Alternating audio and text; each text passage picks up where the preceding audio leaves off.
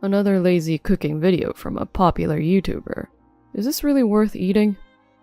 My husband, who hardly shows any interest in our family, has made it a daily routine to belittle the time-saving recipes I've worked hard to come up with.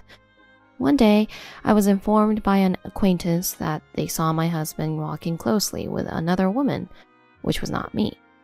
When I confronted him, he said, I come home tired from work every day, and you do whatever you want. And now, you suspect me of cheating? What kind of wife are you? Do you have any proof? Haha.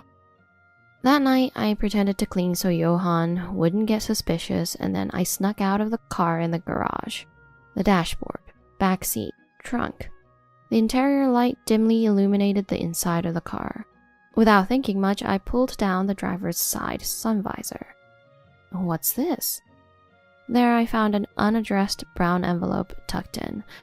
Something felt off, so I decided to take a look. Inside was a photo of an unknown woman holding a baby with a broad smile, a divorce paper, and a letter. To Johan. The letter was addressed to Johan. It's a boy. Now we can get divorced, I read. Johan's name was already filled out on the divorce paper, but not in his handwriting. Ah, I see. It's already over. Well, if you want it to end that quickly, I'll make it quick just as you wish. At that moment, my heart went cold. This was a betrayal against me and our daughter. I made my decision. I'm going to get back at him. My name is Susie Irvin. I am a cooking YouTuber and mother to my 6-year-old daughter, Rachel. Cooking has been my forte since my student days, and leveraging that talent, I launched a YouTube channel a few years ago. There, amidst the hustle and bustle of a housewife's life, I've showcased numerous easy time-saving recipes and innovative arrangements using commercial ready-made meals that can get boring. Operating the channel passionately while balancing family life, it has gained popularity over the years, and I am now cherished by many followers. This turned out nicely. I wonder if this will bring joy to many people again today. Today too, I was ready to upload a new video, fully utilizing my cooking skills. However, behind the shining facade in front of the camera, there was something troubling me. My expression dims between the peeling dishes. I'll be late again today. You're always working so hard. Don't worry about home. I smile back at Johan's words, but behind that smile lies loneliness. Johan, my husband, is a manager responsible for planning and development at a home appliance manufacturer. He is dedicated to his work, highly trusted by his subordinates, and focused solely on his career. Recognized by his superiors as a rising star ever since he assumed his managerial role a few years ago, his return home has been late into the night, and he appears busy even on holidays. He's been getting home later and later these days, and sometimes he doesn't even come home at all. I wonder if he notices my forced smile. No, he couldn't possibly notice. Johan, who has paid little attention to family matters since our marriage, has never helped with household chores or childcare, leaving me to bear the burden alone. Nevertheless, I can't say I'm unhappy. Mom, when is Dad coming home? The one asking anxiously is my daughter, Rachel. Yes, I have a lovely daughter. Her presence always gives me strength. It looks like he'll be late again today. Sorry. I answer awkwardly. Rachel's expression quickly turns to one of sadness. It's understandable. She's 6 years old and still very much in her clingy phase. Just the other day, she confided in me that her friend had talked about how their dad took them to an amusement park. Is Johan and Rachel becoming more distant from each other? Feeling unbearable, I stroke Rachel's head. Your husband works late, and you get to be free, huh? I don't care if you're a YouTuber or whatever, doing whatever you like. Glancing at us sideways and barging in was my mother-in-law, Nancy. My expression tightens. Here we go again. My mother-in-law always criticized my lifestyle and blames me for everything possible. I barely manage to suppress a deep sigh. Another source of my troubles is my mother-in-law, who lives nearby. She's widowed, living alone now. Nancy has never shown any understanding for the profession of YouTuber, looking down on my job. So much for your time-saving recipes. They're just shortcuts, aren't they? I hear this all the time, but the criticism hurts all the more because I'm passionate about my beloved cooking. Yet, despite her criticisms, Nancy, wanting to save on food expenses, comes over to eat the meals I prepare, even though she wasn't invited. Basically, your marriage has never been right. You can't even produce a proper heir. What use are you? A girl will just end up marrying and she won't be able to continue the family line. Johan got the short end of the stick by marrying someone like you. My mother-in-law in her 60s stubbornly clings to old-fashioned beliefs that a male child should carry on the family legacy, treating Rachel coldly. Even the pure smile of her granddaughter means nothing to her. I have to be strong. I'm a mother after all. That's how I always get through it. I'm home. Welcome back. Late at night, Johan finally came home. The few times my husband comes home, he does nothing but ridicule the time-saving recipes I've made. Another lazy cooking video from a popular YouTuber, huh? Is this really worth eating? Every time we talk about cooking, my husband leaves deep wounds in my heart. I'll be going to my mother's place tonight. Again? It seems my husband plans to stay over at his mother's house again. His coming home has become a rare occurrence. Can't be helped. Since Dad passed away, Mom has been alone. What if something happens to her? I'm not going because I want to. Don't you understand a son's duties? Well, it can't be helped. We only have a daughter. And you're going to make another one of your quick meals tomorrow, right? Even when he does come home, he shows little interest in our family and mostly belittles the time-saving recipes I've put so much effort into. I understand what Johan is saying. As an only son, he's probably trying to take the place of my father-in-law, who passed away early. However, the frequency of his stays at his mother's house has been increasing. Is it really necessary to take care of his mother so frequently? Or is there another reason? I couldn't help but think deeper about the reason. One day, when I went shopping in the neighborhood, I ran into someone. Oh, Mrs. Irvin. Hello, Mrs. Abbott. Lovely weather, isn't it? She's a neighbor of my mother-in-law and gets along well with her. I had tea with your mother-in-law the other day. Oh, is that so? Actually, I shouldn't speak too loudly about this, but I saw your husband Johan walking with a woman the other day. What? And they went into your mother-in-law's house together. Do you know her? She was someone I didn't recognize, so I thought it was unusual. Is that so? Maybe someone from work or someone related to caregiving, perhaps? Right, sorry, don't mind me. I hurried away, my heart pounding and my voice quivering, trying desperately to hide it. Who is she? What's going on? My heart was in turmoil, a mix of disbelief and a sensation of foreboding intertwined, leaving me unsure what to believe. The restlessness lingered even after I returned home. Seeing me unlike myself, Rachel looked at me anxiously and asked, "Mom, what's wrong? Are you okay?" "Oh no, I'm fine. Just a bit tired. Now let's get you to bed early so you're not late for school tomorrow." I couldn't stand it any longer. I wanted to know the truth for myself. Seeing Rachel only strengthened my determination. I'll ask my mother-in-law tomorrow and find out, for Rachel's sake. The next morning, after seeing Rachel off to school, I drove to my mother-in-law's house. My heart was racing, and my hands were sweaty. Upon arriving, I took a deep breath before getting out of the car. My hand trembled as I rang the doorbell. When my mother-in-law opened the door, she looked at me with a complex expression. "What brings you here so early?" Mother-in-law, I'm sorry for the sudden visit. There's something I wanted to ask." I lacked the courage to ask directly, but finally brought up the sighting of my husband with an unknown woman. My mother-in-law's response was unexpected. That. Actually. While hesitating, she began to explain the truth. My husband had been struggling with work stress, and knowing this, my mother-in-law became worried. She knew a friend's daughter, Julia, who is a counselor, and introduced her to my husband. I think you understand, Susie. Johan is going through a lot. He has many worries you might not be aware of. He's a rising star at work, and this is a critical time for him. That's why it's best to leave these matters to professionals. However, I still had doubts about the truth of their relationship. I couldn't just take my mother-in-law's word for it and decided I needed to talk directly with my husband. On the drive home, I deeply contemplated what I should do next and what lies ahead for our family. One thing was clear. I couldn't just do nothing.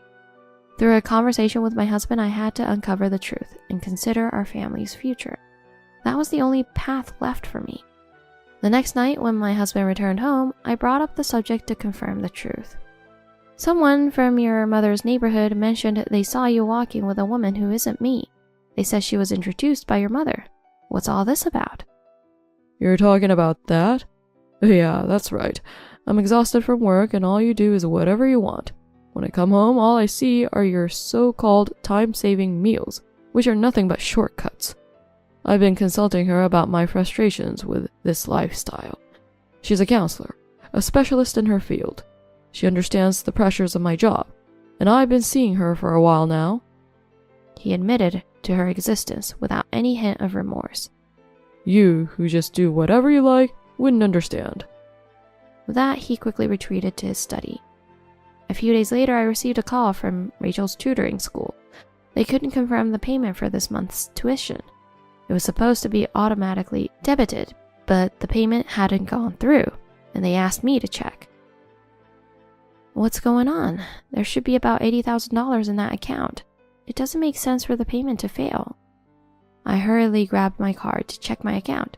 Confused and anxious, I checked the bank account balance and was shocked at what I saw. What is this? The $80,000 we had painstakingly saved up was completely gone. This money was critically important, saved over the years since our marriage for Rachel's education and our retirement. I immediately called Johan to find out what happened. The tutoring school called saying Rachel's tuition hasn't been paid. When I checked the bank balance, the $80,000 that was in here is gone. What happened? Did you use it for something? Yeah, I used it. For counseling fees. Seeing a specialist is expensive. It can't be helped. I often had to ask the counselor to adjust her schedule for clinic closures or after my overtime. It's a hassle, so I couldn't just go empty-handed. I was dumbfounded by how the money was spent. He said the $80,000 went towards counseling fees, expensive dinners, and brand-name gifts. How could you? I can't believe this. Blame it on whatever you want. It's all your fault. As I tried to say something, he hung up the phone abruptly. It was clear that their relationship wasn't merely that of a counselor and client. That night, determined to find evidence of infidelity, I decided to search his car. Right, the car got all sandy when I took Rachel to the park last time. I'll clean it up. I pretended to clean so Johan wouldn't get suspicious. Then, I snuck off to the car in the garage. I checked the dashboard, backseat, trunk. The dim-lit interior light illuminating the inside. Casually, I pulled down the driver's side sun visor. What's this? There, tucked away, was an unaddressed brown envelope. I got this weird feeling of unease. I hesitantly looked inside. Inside were a photo of an unknown woman holding a baby with a broad smile, a divorce paper, and a letter. To Johan. The letter was addressed to Johan. A boy is born. Now we can get divorced, I read. Johan's name was already filled out on the divorce paper, but not in his handwriting. Ah, so that's how it is. It was over long ago. If you wish to end it that quickly, I'll make it quick, just as you wished. In that moment, my heart went cold. This was a betrayal against me and my daughter. I made a decision. I'm going to get back at him. One day, my husband casually mentioned, I'm going to my mother's place today. Okay. Thinking it was likely another visit to his affair partner, I felt no loneliness. This is it, the only chance. After confirming my husband had left, I packed up our belongings, and Rachel and I left the house. Soon after, I submitted the divorce papers that were in the envelope. This won't be the end of it. I took further steps. It was necessary to settle things properly. I secretly commissioned an investigation for property division claims. There was no worry about not finding anything, as I knew he was guilty. Soon the results came back, revealing the affair. On the days Johan claimed to be staying at his mother's, he was actually dining out with a woman from the photo, entering an apartment building 2 stations away and not coming out until the morning. Just as I thought. I wasn't surprised. Through a lawyer, I demanded child support, a property division, and the return of the $80,000 which he had spent. Immediately, I received a call from Johan. What the hell are you doing? How dare you act on your own? Don't mess with me. You were the one who betrayed us first. That money was for Rachel, your daughter. You're her parent, after all. It's only fair. Don't think you can get away with this. I never wanted a daughter from the start. Just like you always cooking, I was sick of it. I'm better off without you. If paying that petty cash cut ties with you, I'll pay it all. Johan ranted over the phone, sounding desperate. He's keeping his word and paying for the division of property, child expenses, and schooling all in one go. The promised amount was deposited into my account later. Hey, I've paid the promised money. Are you satisfied now? Johan contacted me. Julia, unlike some YouTuber like you, cooks lavish meals every day, not those lazy ones. And Mom is happy, saying it's good that a competent wife came along. I'm relieved to be rid of you. I should have divorced you sooner. With the divorce, a weight was lifted off my shoulders. No more snide remarks from my mother-in-law, and no more worrying about Johan, who barely came home. Most importantly, Rachel wouldn't have to suffer anymore. From then on, Rachel and I led a peaceful life. However, 3 months later, my ex-husband suddenly summoned me to my former in-laws' house. Entering the familiar living room, I saw Julia holding a baby, my mother-in-law, and Johan. Suddenly, Johan started to shout. Hey, cut it out, will you? We've already cut ties, yet you're still harassing us? What are you talking about? I have no idea what you're saying. Don't play dumb. Ever since we divorced, every project I've worked on has fallen through. The home appliances I developed aren't selling at all. I've been demoted because of this responsibility. I've even been ordered to transfer to Alaska. When I asked my boss what was going on, he told me to ask you. What are you planning? Do you hate seeing people happy that much? You're trying to ruin us, aren't you? Stop making accusations. I know nothing about it. You can deny it all you want. I'll sue you for defamation. Get ready for a huge compensation claim. What are you talking about? Fine, do what you want. I laughed it off. Until now, in my time-saving cooking videos, I had actively used and promoted the appliances Johan had planned and developed. The promotional effect of those videos was the reason Johan's appliances sold well. However, after the divorce, I saw no reason to continue using or promoting them, and decisively stopped. Mrs. Irvin, we hope you'll agree to another tie-up with our product.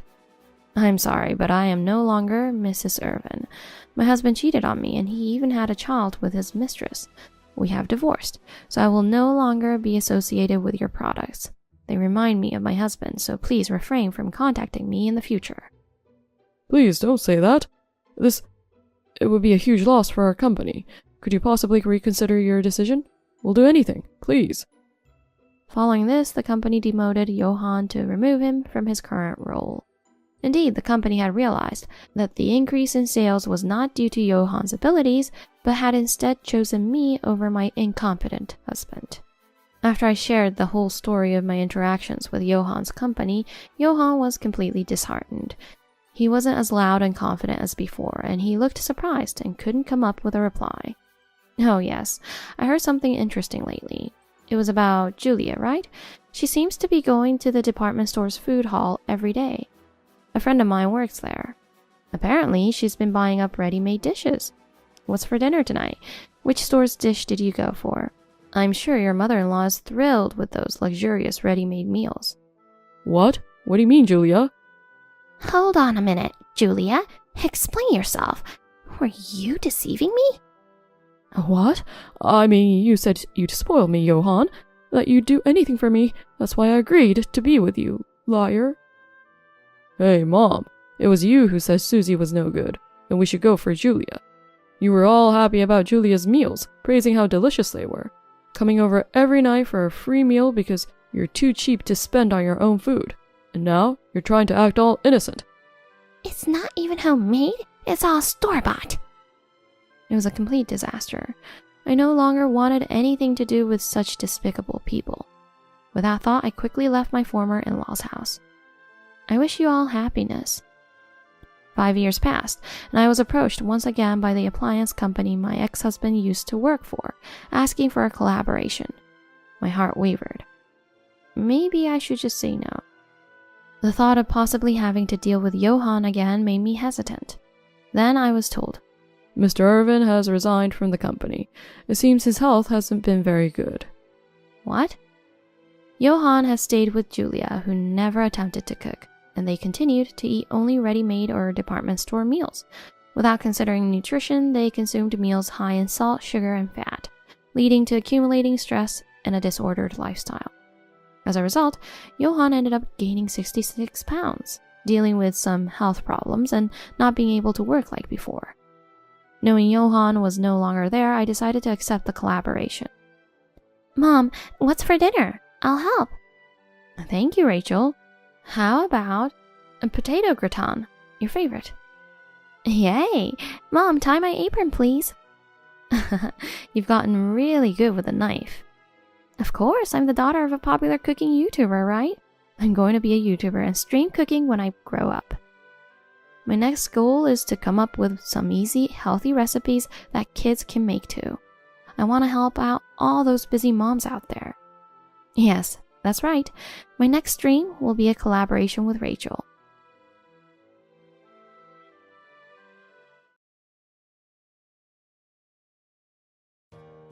I dumped you because you only make $10,000 a year.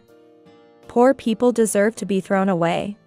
What on earth is the ex-husband misunderstanding? Huh? That's just the monthly rent, though? My name is Tiffany. I am a 48-year-old housewife. I've been married to Peter for a year. Actually, I am divorced once before. I experienced divorce at the age of 45. The man I was married to back then was really terrible. He was easily emotional and blamed me for everything. He even blamed me for his lack of promotion. And after 15 years of marriage, he suddenly demanded a divorce. I was working at the time, and we didn't have children, so I thought it was okay to divorce. Or rather, my affection for my husband, who suddenly wanted to divorce after so many years together, cooled off all at once. But the divorce was complicated. It was about the division of assets. My ex-husband claimed the house we bought together was his alone. Since the house was in both of our names, if he wanted to continue living there, he needed to pay me half its value in cash. When I insisted on this, my ex-husband got even angrier. After all, I was supporting your life, why should you get even more money? The ex-husband was angry and refused to pay any money. In the end, we had to force him to pay through a lawyer, but if I had backed down, he probably would have gotten away with it. That's how much I needed to push my ex-husband to the edge to get anything from him. And when we separated, he insulted me like this. You money grubber. Don't leech off others when you can't even earn for yourself. I didn't understand what my ex-husband wanted to say, but I could tell he just wanted to insult me. I tried to ignore him, but after the divorce was finalized, he kept sending me emails, insulting me. Do you enjoy squeezing money out of me? You're just a washed-up old hag who'll be alone for the rest of her life. I'll find a new wife right away. Unlike you, I have financial power. That's the kind of emails my ex-husband sent me in large quantities. Even if I classified them as spam, he kept sending them. So I ended up reading them whenever I checked. I was disgusted with myself for spending 15 years of my life married to such a petty man. I thought I had wasted so much of my life. Then, I changed my email address and the registration address for the services I had been using. Thanks to that, I no longer received harassing emails from my ex-husband. Now I can finally start a new life, I thought. And threw myself into work to forget about my ex-husband. I couldn't stand being looked down on by my ex-husband. So I turned my anger into motivation and worked hard. I was originally good with computers and worked as a web engineer at a company. Since working more at the company didn't significantly increase my salary, I started working as a self-employed web engineer as well. At first, I could only take on simple or low-paying jobs. But as my track record and skills were recognized, I started to receive more and more work. I had no days off, but I kept working hard because I wanted to prove my ex-husband wrong. I thought I couldn't stop this lifestyle until I was satisfied to a certain degree. So I worked as long as my body allowed me to. After about a year of living like this, I significantly increased my income. However, it seems I was working beyond my limits. One day, I felt dizzy and almost passed out. When I realized this was bad, I collapsed on the side of the road. Fortunately, it seems someone called an ambulance, and I was taken to the hospital for treatment. When I woke up, I saw my mother and father looking at me with worry. "Tiffany, you've woken up." "Mom." "Dad, we were worried when we heard you suddenly collapsed. We thought you hadn't come home because you were busy. But then we got a call from the hospital. I thought my heart would stop. I'm sorry. I'm just glad you're okay. It's good that you didn't collapse at home." "Yeah." The doctor said it was due to overwork. "Is your job that demanding? If it's too much, we can complain to your company." "No, it's not that. I've actually been moonlighting. And I've been working without any breaks. No wonder you've made yourself sick. You need to take better care of yourself." "You're right, I'm sorry." After being scolded by my parents, I reflected on my actions. And then I was admitted for tests and observation for a couple of days. That's when I found out that my attending physician was Peter. "How are you feeling?" "Oh, I'm okay." "That's good to hear. You'll be able to go home soon. But please, don't overdo it." "Yes." "I'm sorry. Is there a reason you feel you have to overdo it?" "What?" "Oh, no, it just seems like my warnings go in one ear and out the other." "You're not planning to dive back into work as soon as you're discharged, are you?" Well, that reaction says it all, doesn't it? Your parents also mentioned that if you had collapsed at home, it might have been too late when you were found. So as a doctor, I can't just watch you overwork yourself." "Okay. Would you like to talk about what's been burdening you?" After he said that, all the emotions I had been holding back came flooding out. I couldn't stop crying. I spilled everything to him, the terrible things my ex-husband had said. How after 15 years of marriage, it had come to this, how miserable I felt. And how everything inside me was a mess. "That must have been very hard for you." He just listened quietly and then spoke kindly to me. "You should do what you feel you need to, for as long as you need. But please, come in regularly for checkups. I have a duty to ensure my patient's health isn't compromised by overworking." Understood. I promised him that and was discharged. I continued with my main job and my side job, but I didn't work as excessively as before. I didn't want to worry him. However, I wanted to see him, so I visited the hospital about twice a month. Each time, he listened to me with a smile and kindness, making me feel as if I were attending a counseling session. Talking to him always made my heart feel relaxed. Gradually, I could feel the wounds in my heart, inflicted by my ex-husband, beginning to heal. During consultations, he would also share personal stories about himself. He too had been married once, and his wife had passed away from an illness a few years ago.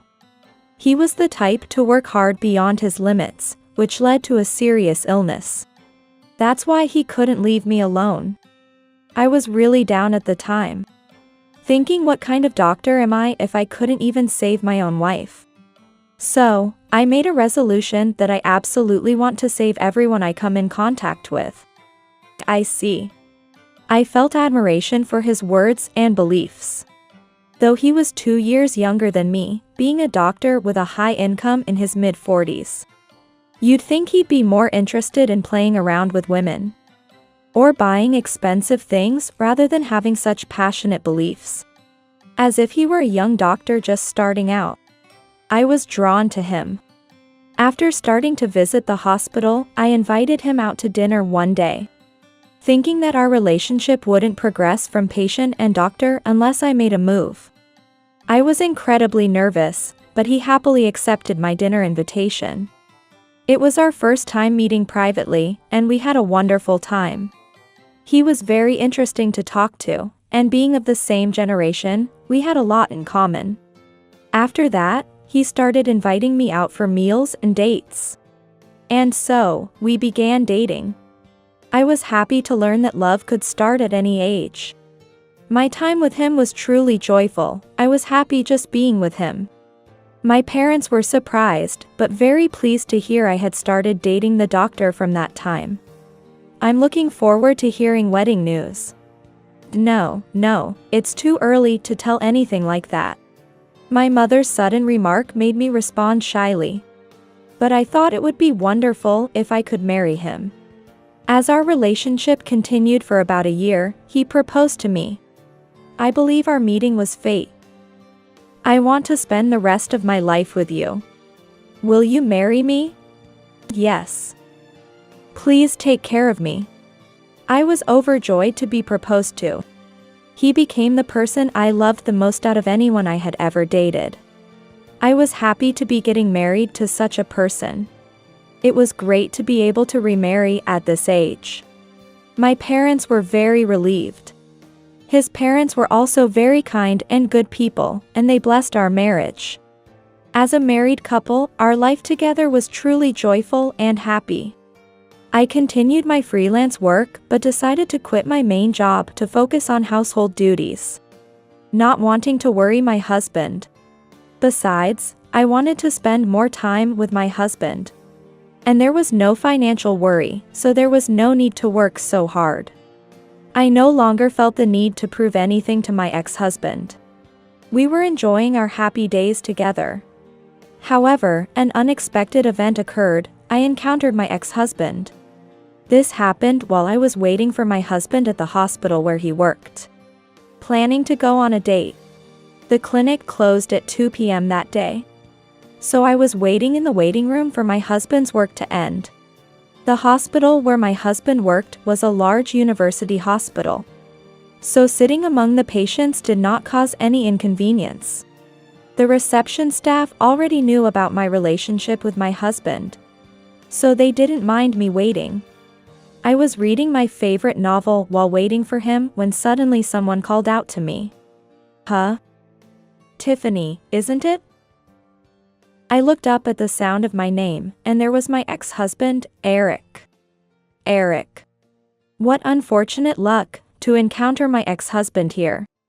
And beside him stood a young woman in her 20s. They were arm in arm, but they didn't seem well matched at all. It looked more like a middle-aged man flaunting his wealth with a young hostess. You still have that unlucky look, huh? You still have that annoying face, I see. I never wanted to meet my ex-husband again, but since we had run into each other, I thought I might as well provoke him as much as possible. Huh?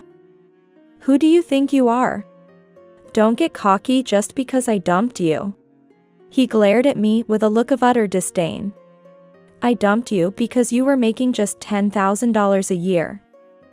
I bet you're still living a poor life on a yearly salary of $10,000, right? And now you have to come to a hospital like this? How pathetic.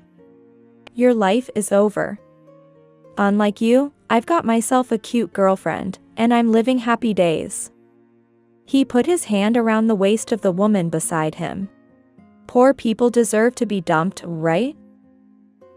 The woman with him seemed utterly convinced she had bested me. basking in a sense of superiority. What on earth is my ex-husband misunderstanding? I'm earning far more now than he ever did. Huh? That's just my monthly rent, you know? What? My ex-husband's eyes widened at my comment. But he quickly smirked and insulted me again. Nah, that's gotta be a lie. If you're going to lie, at least make it a believable one. That's just too sad. The woman laughed along with my ex-husband. Birds of a feather flock together, it seems. It's fine if you don't believe me. As I said this, the woman next to my ex-husband pointed at my necklace, looking surprised. Wait, isn't that a super expensive necklace? Oh, you noticed? Well spotted. I took the necklace in hand to show it more clearly to the woman. Wow. It's real. Is it really that expensive? He asked the woman with a skeptical look. The woman excitedly said, "This is worth at least $20,000. What, $20,000? How come you have something so expensive? I make quite a lot as a self-employed engineer. That's why I can afford to live in a place with a rent of $10,000 a month." What? But you, who used to make just $10,000 a year. You know, when we were married, you wanted me to limit my income to qualify for spousal deduction. I could have worked more.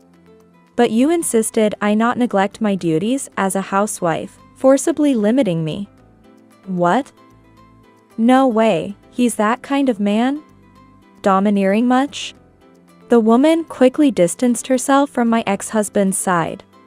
I saw this as an opportunity and shared a particular episode about my ex-husband with her. Domineering would be putting it mildly, he's a moral harasser. He would say things like, "I'm feeding you, I'm supporting you," in front of his entire family. And his mother would join in on the harassment. Ugh, that's the worst. I wouldn't want to be with someone like that. Besides, to limit your own ability to work and then dump you for being poor is psychopathic. That's really a no-go. The woman threw harsh words at my ex-husband. Her momentum was impressive. My ex-husband shrank more and more, looking dejected. It seems like I can't be happy with you, so let's break up. What? After saying that, the woman left the hospital on her own. Hey, this is your fault. Huh? It's clearly your responsibility. I just warned her so we wouldn't have a second victim. Besides, you're the one who started talking to me. It's all your own doing. Shut up. You flaunting your wealth, there's got to be some trick to it, like winning the lottery. You're still inferior to me. He shouted that. This is a hospital, keep it down. Even though I told him to be quiet, my ex-husband wouldn't listen. Don't tell me what to do. But as soon as my ex-husband said that, my husband appeared. I'm sorry, but this is a hospital. Could you please keep it down? My ex-husband was taken aback when addressed by the doctor. Oh. Sorry, doctor. But, you see, I got involved in a little trouble. Trouble, you say? Yeah. This woman started bothering me. Really, some women. My ex-husband tried to shift the blame of the commotion onto me.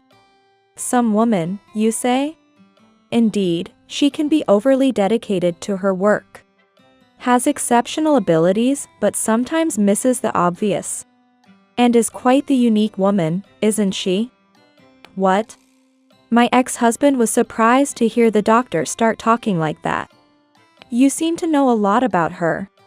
Well, she is my beloved wife. What? Wife. She was waiting for me to finish work. Then, the receptionist told me my wife was being bothered by a strange man. And who might you be? Do you have any business with my precious wife? No, I was just... Peter, this is my ex-husband. The moral harasser. Even after divorce, you tried to continue your harassment towards your ex-wife? You're quite persistent. I was just...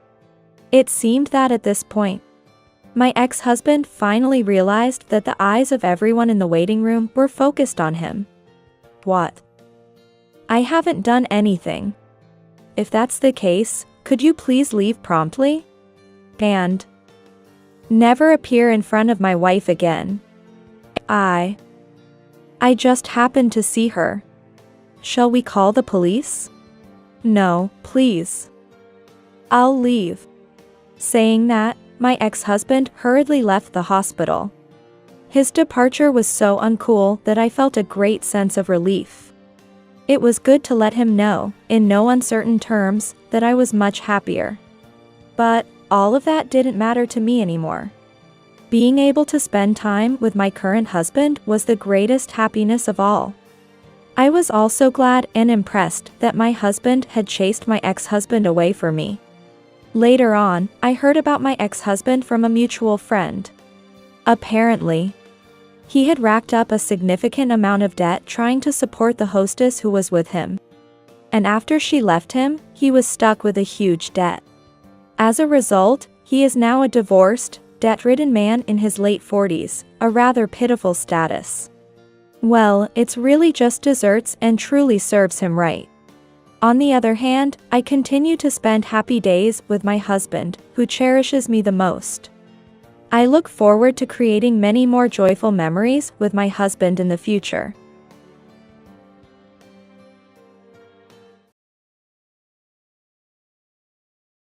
I hung it at the entrance.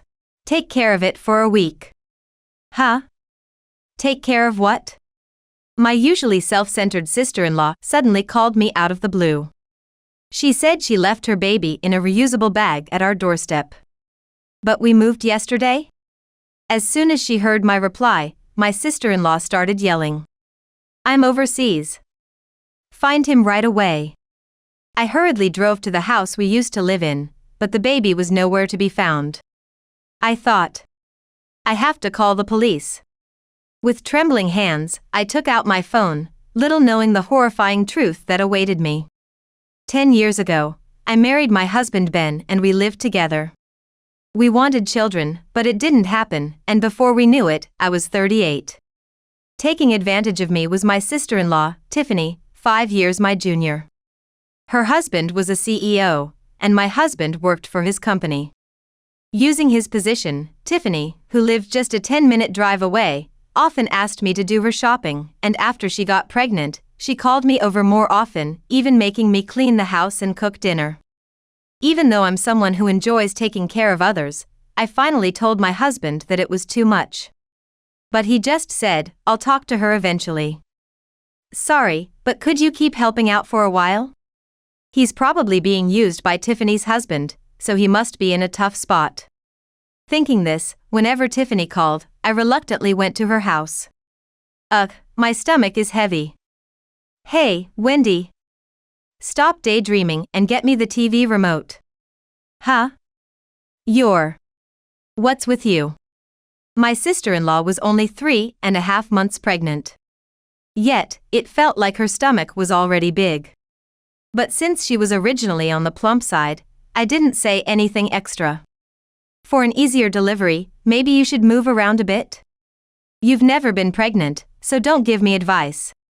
Ah, just as I expected. This child is our family's heir. What's wrong with taking care of him? She lounged on the sofa, maintaining her arrogant attitude, and I gradually became more stressed and worn out. But when I questioned if the gender could be determined at 3.5 months, she got angry like a lit fuse. Your brain must be ancient. With modern technology, gender can be determined quickly. I didn't feel like arguing with her insistence on the obvious, so I just listened to her complaints with exasperation. You're just jealous because you can't get pregnant. Seriously bad for prenatal education. If anything happens to this child, it's your fault. Finally, she began to threaten me using her unborn child as a shield. Being around her felt suffocating, and I quickly finished my errands, sighing as I returned home. When I told my husband about it after work, he just said, "Just a little more patience." So, with a heavy heart, I continued to endure it. It was painful to carry such feelings, so whenever Tiffany called, I made excuses and declined. However, Tiffany complained to my husband that I was being mean to her, leaving him at his wits' end. Despite saying I had things to do, she wouldn't listen and kept calling me multiple times. Helpless, when I finally answered the phone, she let out a piercing voice that grated on my ears. "Wendy, do you not care if my husband's position at work gets worse? You haven't forgotten that my husband is the CEO, have you?" My husband, usually gentle and kind.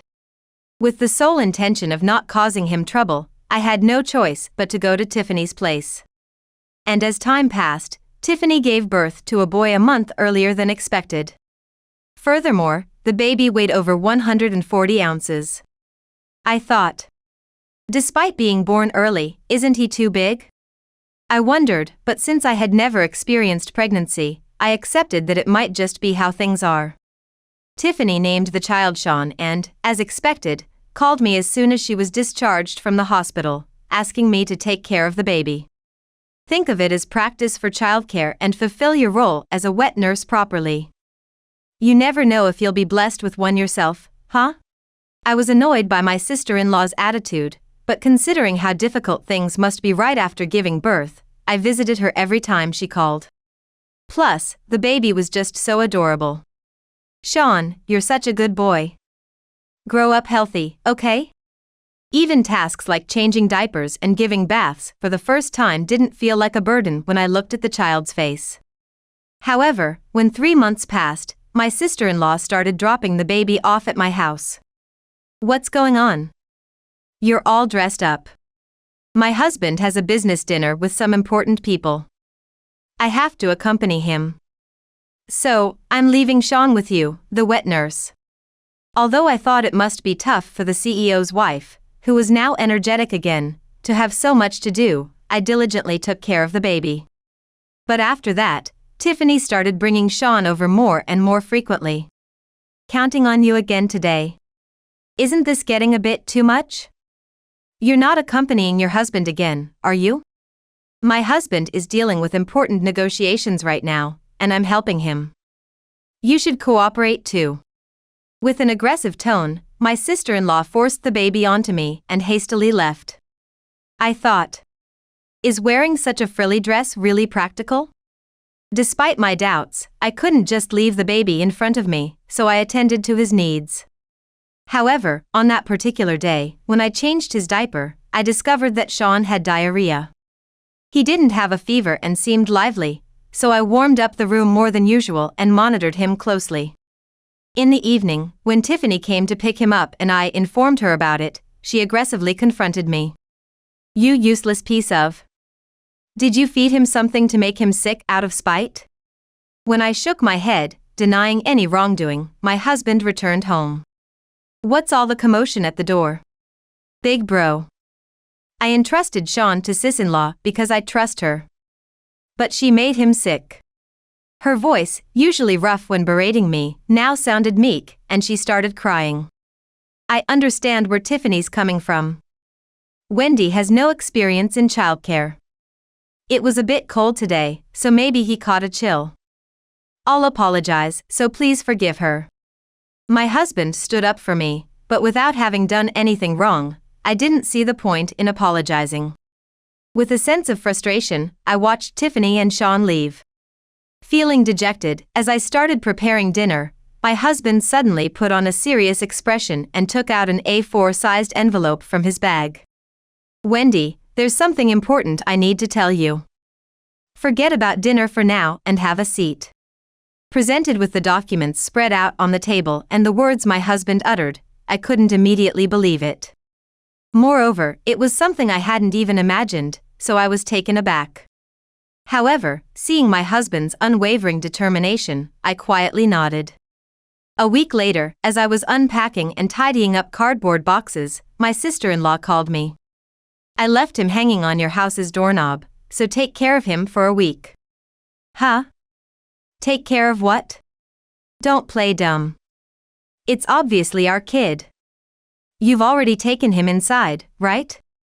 Upon closer inspection, I realized that since I wasn't home, she had put the baby in the reusable bag I had and hung it on the doorknob. Hearing this, I was shocked and flustered. Wait a minute. We moved yesterday, so we're not going back to that house. Please go pick up Sean right away. However, my sister-in-law responded with, "Huh? You're lying again, aren't you?" And didn't believe what I was saying. But when I responded with a serious tone, insisting it was true, she suddenly panicked. Turns out, she had left Sean behind 5 hours ago. And to my surprise, I learned she was currently traveling abroad. It was still chilly despite being spring, and the temperature hadn't risen much that day. Go pick up Sean right now. Hurry. More concerned about the baby than infuriated by my sister-in-law's attitude, I immediately drove off. An hour later, I arrived at our old house and checked the doorstep, but there was no sign of Sean. I thought. And no reusable bag. Why? I searched the yard thoroughly and asked neighbors, but everyone just said, "I don't know." I thought.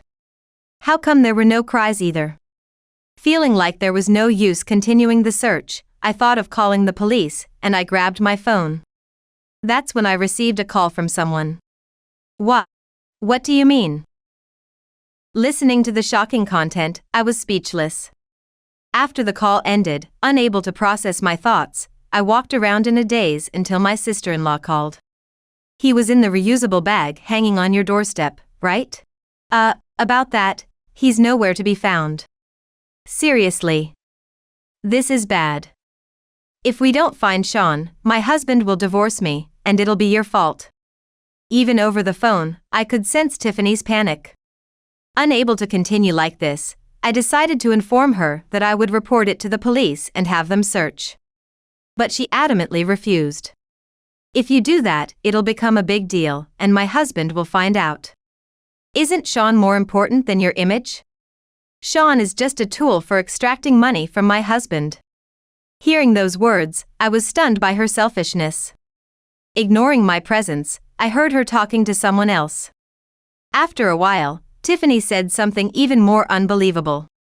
My flight for today got cancelled, but I'll return tomorrow.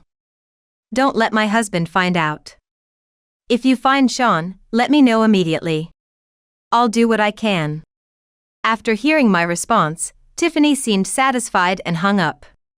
The next day, as I waited at the airport, Tiffany appeared arm in arm with a man.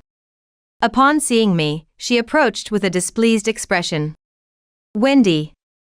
What are you doing here? Did you find Sean? I came to tell you something important. Sean is gone, out of your reach. It's too late." With a downcast, sorrowful expression, I delivered the news, and Tiffany began to fluster. That's a lie. What am I supposed to tell my husband? You useless. Find another baby that looks similar and bring it here. How could you say that? Aren't you still a mother? Suggesting that we find another baby of similar age to pass off as Sean to her husband, Tiffany's selfishness enraged me. Filled with anger and sadness, I couldn't help but shed tears. But as I wiped away the tears from my cheeks, I firmly met her gaze. Instead of searching for a look-alike, talk to this person. As I said that, a woman hiding behind me, her hood pulled low, finally revealed her face. And not just Tiffany, but also the man beside her, trembled visibly. Yes, she was the wife of Tiffany's cheating partner. Too shocked to move, the man was then berated by his wife, who exclaimed, "You scum! I'll beat some sense into you." And without hesitation, she delivered a resounding slap to him, right then and there. The force was so intense that passers-by stopped in their tracks. Cradling her husband as he slumped to the ground, she turned her gaze toward Tiffany. Then, Tiffany quickly paled and started speaking rapidly. Excuse me. Please don't get the wrong idea. We're not in that kind of relationship." "Huh? Hold on, Wendy. Stop recording with your phone. Despite trying to cover it up, my sister-in-law flipped out on me for having my phone up, seemingly to capture the scene. But I remained calm. So, how do you explain this? From the envelope I had brought, I pulled out emails between my sister-in-law and her affair partner, as well as cozy photos I found on social media. Tiffany forcibly snatched them from me and glared at me. Snooping around like that is despicable. How did you even find this guy's wife's contact? I happen to know his wife. She's someone I've met before. Huh? When I saw my sister-in-law's affair partner on social media, I recognized him as the husband of the woman who does my hair at the salon. Though he was also a hairstylist, his wife owned multiple salons and was skilled and successful. In contrast, I heard that her husband didn't work and just wandered around aimlessly, earning him the title of idle hairstylist. When I went to inform his wife about Tiffany's affair trip, she said, "I've had enough. I'm joining in too." And came along. Though she usually had a gentle and kind demeanor, I was honestly surprised at how scary she could be when angry. Facing the philandering idle hairstylist, his wife, rubbing their hands together like a fly, continuously begged, "Please don't divorce me." Meanwhile, I sensed her strong determination as she steadfastly shook her head. "And Sean turns out to be a child from infidelity, huh? Huh? You're just saying random things with no evidence. But being born a month early and weighing over 140 ounces is quite large, isn't it? And you're probably hiding the actual number of weeks, right?" As I said this, I presented documents from another envelope, a maternity record book and proof that Tiffany's husband and Sean weren't related. "You're playing dirty tricks. But if I tear these up, it'll be as if nothing happened." Tiffany snatched the DNA test results from me and tore them up on the spot, looking smug.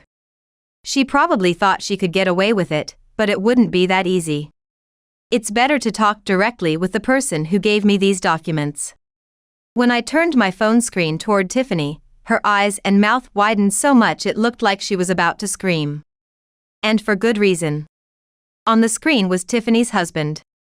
I hadn't been recording, I had been video calling with Tiffany's husband the whole time. "Tiffany, you lied about going to your parents' house, and you dared deceive me like this." Well. I mean, Repeating words that made no sense at all, my sister-in-law stumbled. Standing before her, I spoke slowly. "Listen carefully, because I'm going to explain everything step by step. A week ago, Tiffany's husband, after finding emails between Tiffany and her affair partner, had suspicions and decided to get a DNA test for Sean. At the same time, he lied to Tiffany about going on a week-long business trip. Then Tiffany, upon receiving the email from her affair partner, immediately booked a trip online. In her excitement, she didn't even think about erasing her browsing history. On the day of the trip, Tiffany put Sean in a reusable bag, hung it on the doorstep of the house where I used to live, and happily skipped off to the train station. Your husband, who was following you, ended up rescuing Sean. If he hadn't, who knows what would have happened after being left on the doorstep for over 5 hours. Huh? So, Sean is alive? Yeah, he's with me right now. When I couldn't find Sean and was about to call the police, Tiffany's husband called me instead. Shocked but eager to learn more details, I immediately went to his house. Sean was playing energetically, waving his arms and legs while holding a rattle. As I listened to the situation, I remembered that despite being born a month early, he weighed over 140 ounces. I reluctantly accepted it at the time, but I still found it odd. With Tiffany's husband's permission, I searched through her belongings and found the maternity record book. Upon examining its contents, I discovered that my sister-in-law had falsified the baby's gestational age. Why would Tiffany do such a thing? Upon tracing back the timing of her actual pregnancy, it coincided with the period when my sister-in-law's husband was on a long business trip, away for about 2 months. In other words, it was an impossible situation for the baby's father to be her husband. Realizing she was pregnant with her affair partner's child, Tiffany likely thought she could pass it off with just a 1-month discrepancy. However, the unexpected birth of a big baby revealed her deception, leading to suspicion from me.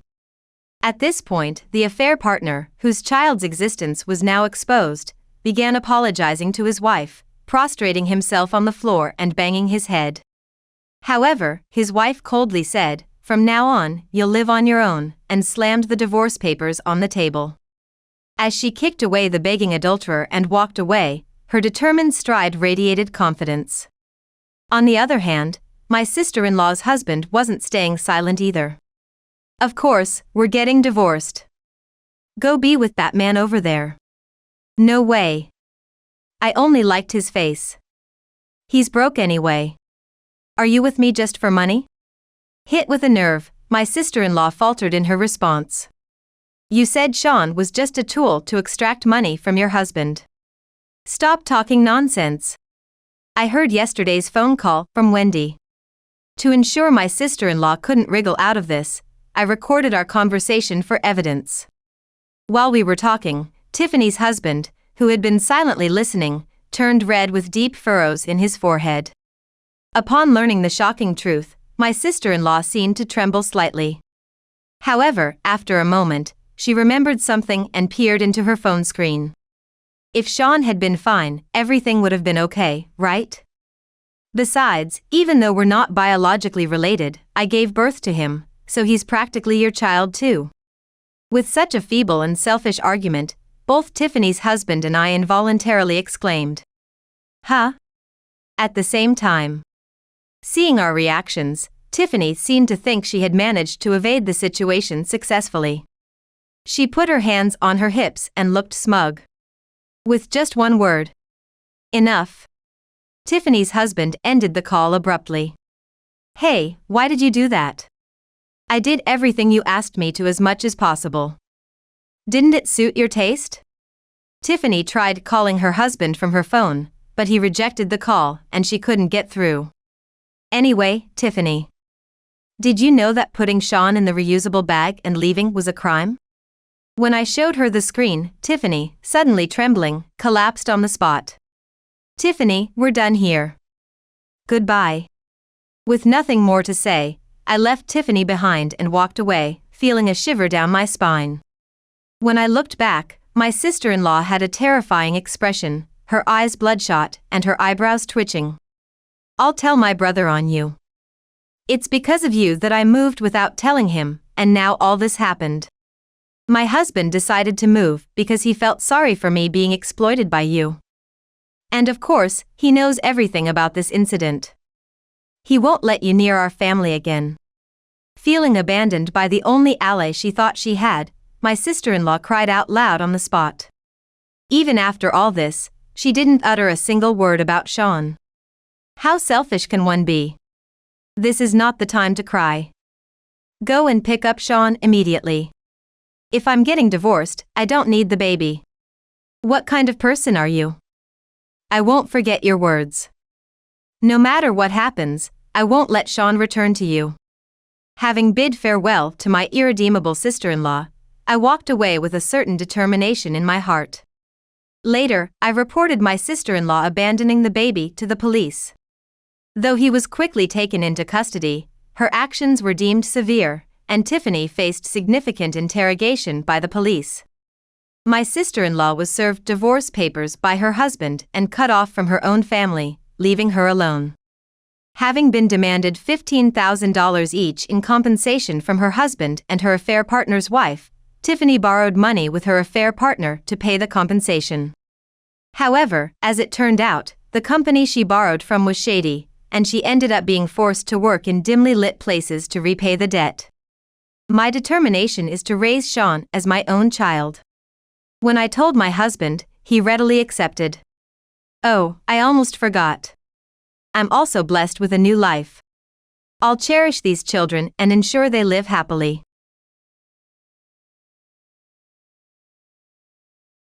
You are thinking too much about cheating. If you were being cheated on, maybe you have a problem too? Like not being attractive enough. When I shared my worries, my sister laughed them off as if they were nothing. She then left me behind and headed towards the register. Alone, I bit my lip, unable to say anything. Rushing home with Nicole, who was pale and breathing shallowly, I was shocked upon arrival. At this time, the house, which should have been empty, had a car parked in front. It was Scott's company car. Tiptoeing in fear, I quietly opened the entrance door, only to find Scott and my sister's shoes there. Loud voices were coming from the bedroom. I hurried out of the house and headed to my parents' home. Dad, something terrible has happened to my sister. I.A. Kelly Brown will make sure they regret turning me and that father of ours into enemies. I am Kelly Brown, a housewife in my early 50s.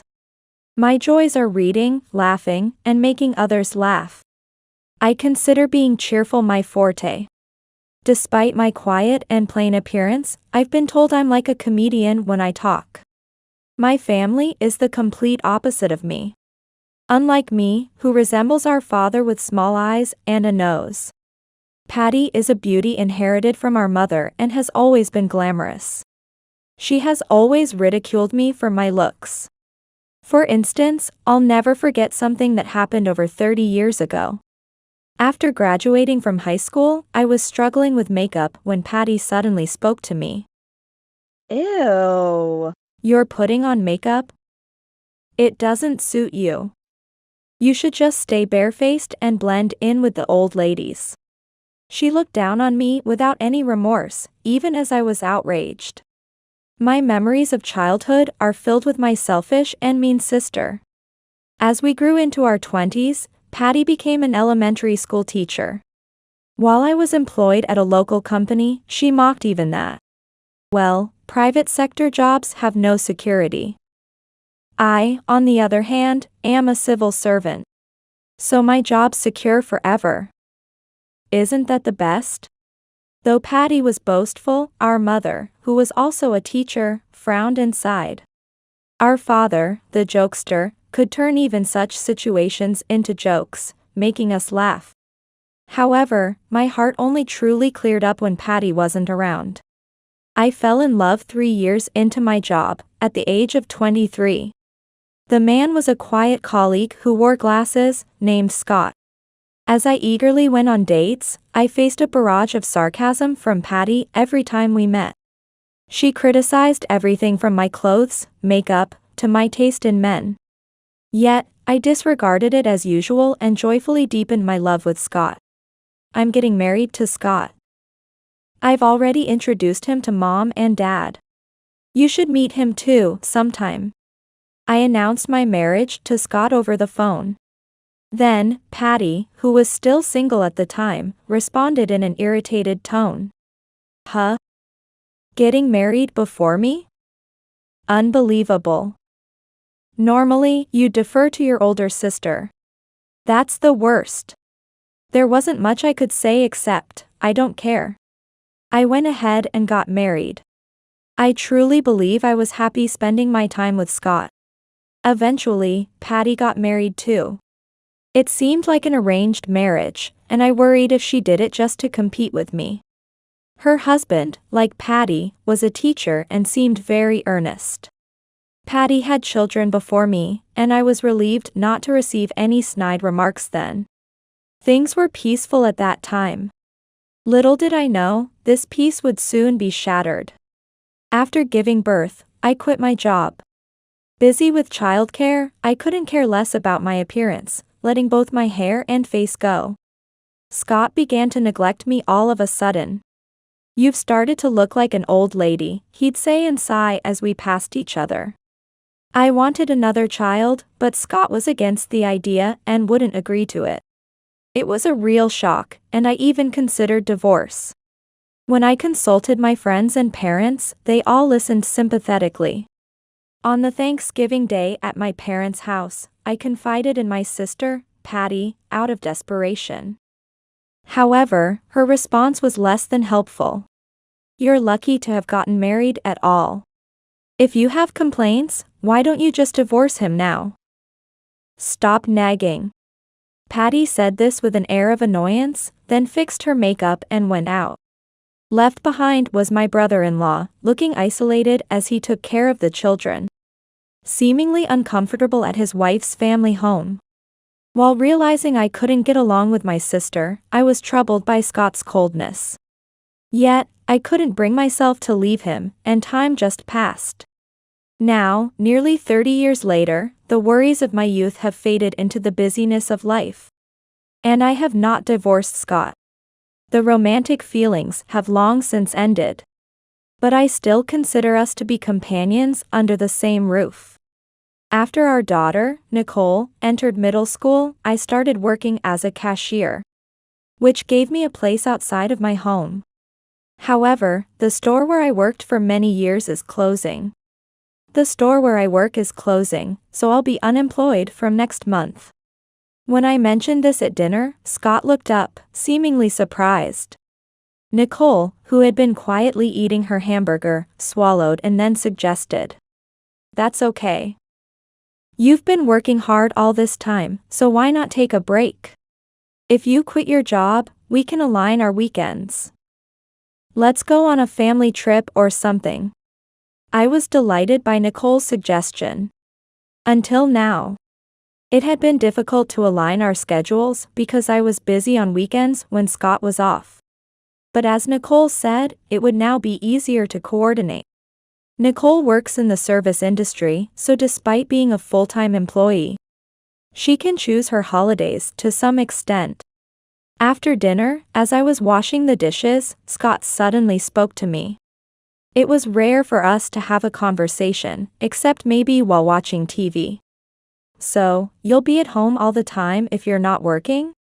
Let me know if you have plans to go out." I answered casually, wondering if he was concerned about dinner. "I don't have any specific plans, but even if I do, I'll be back by the evening." Scott nodded vaguely, showing that he wanted to know despite not usually being the controlling type. I found it odd but agreed to inform him of any plans to go out. Being a full-time homemaker after so long, I found myself with free time during the day. Just as before, I tried to enjoy my hobbies, like reading more and experimenting with cooking, but I still felt a void. Moreover, the opportunity to talk to others decreased, making me feel lonely. Recently, Scott has been coming home late. When I asked, he said his workload at the company had increased. So, I decided to visit my father, who lives about 10 minutes away by car. Since my mother passed away a few years ago, my father has been living peacefully with 2 cats. He was happy to see me when I visited with homemade sweets. "By the way, Kelly, have you seen Patty recently?" While we were having a pleasant chat, my father suddenly asked. Since we don't meet except during holidays, I shook my head. Then, my father seemed puzzled and said, "Patty now works at a school just 2 stations away, so it's close, right?" I wanted to give her some of the good pickles we buy, so I asked her to stop by after work. Then she came by in quite flashy clothes.